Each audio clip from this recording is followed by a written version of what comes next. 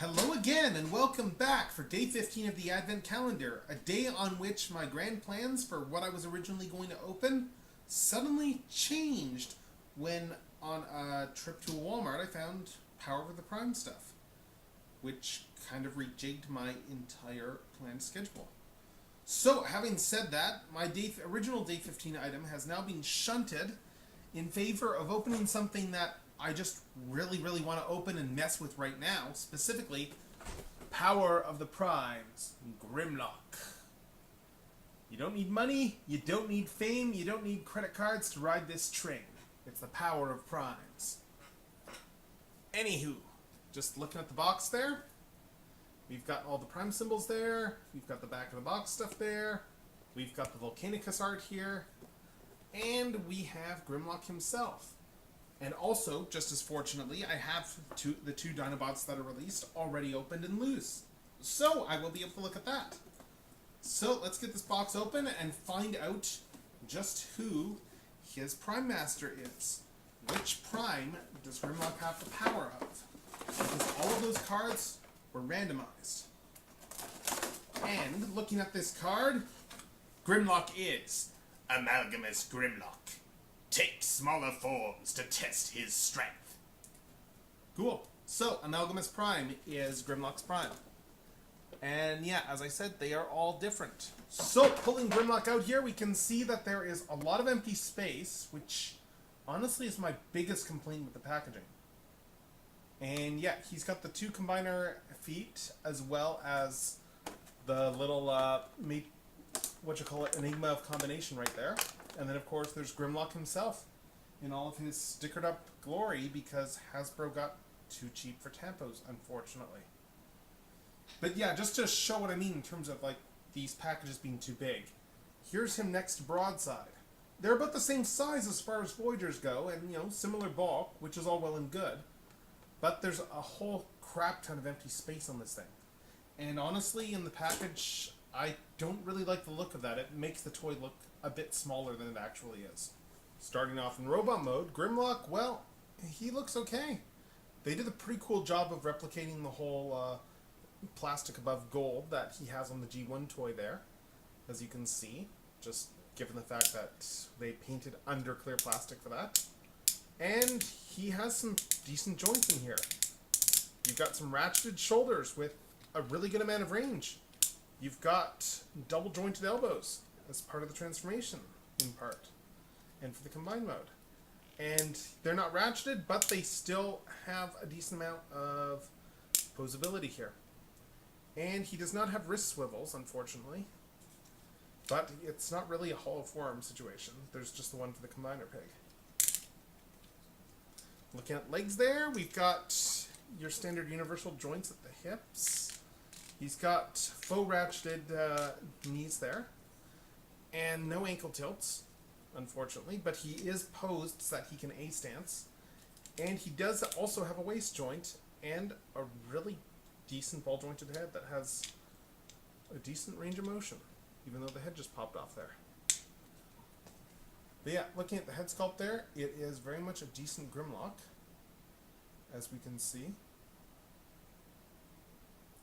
And let's take a look at getting this guy into his other mode now. Getting Grimlock into alt mode, we can see that, well, he is a pretty standard likeness of G1 Grimlock. And from the waist up, he is pretty much spot on to how you would want Grimlock to look. Like, look at that Dinobot face. That Dinobot face is pretty much perfect for how you would expect Grimlock to be, really. It's really nice. Where he kind of starts coming apart, though, is the lower body. Not because the tail, mind. The tail doesn't actually look super bad in person. It's more just the legs, really. Like, the legs sacrifice because of the fact that they have to accommodate a combiner port back here. And that kind of throws off the whole look of them. Well, that and the fact that he's got really dinky feet claws there. There's also the back, but honestly, the back doesn't bug me as much as it has for some people. It's not a huge deal breaker. It's very much something made necessary by the actual combined mode. but it doesn't actually look that bad. Really, ultimately, I think if Grimlock has any issues from me, it's that he doesn't really feel like he's that big as far as a Voyager goes. That's more just a case of plastic downsizing, and more just the fact that I've messed with so many other really cool Grimlocks. Hell, case in point, you've got like the Planet X Grimlock mold here, and that thing just towers over this one because it's just a much beefier mold.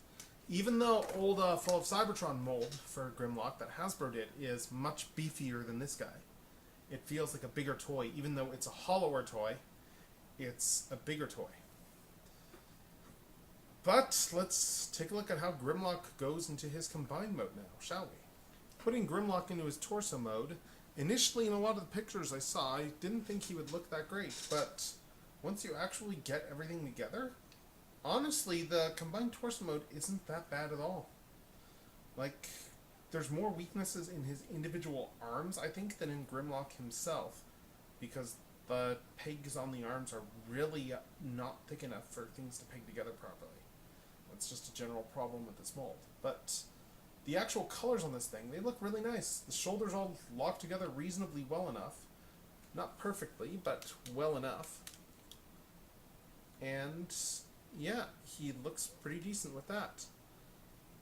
And if we want to take a look at him with combiner legs instead of arms, well, quite honestly, this works pretty well as a showcase for his new combiner feet, because they are much bulkier, as you can see, than the classic Combiner Wars hand-foot guns.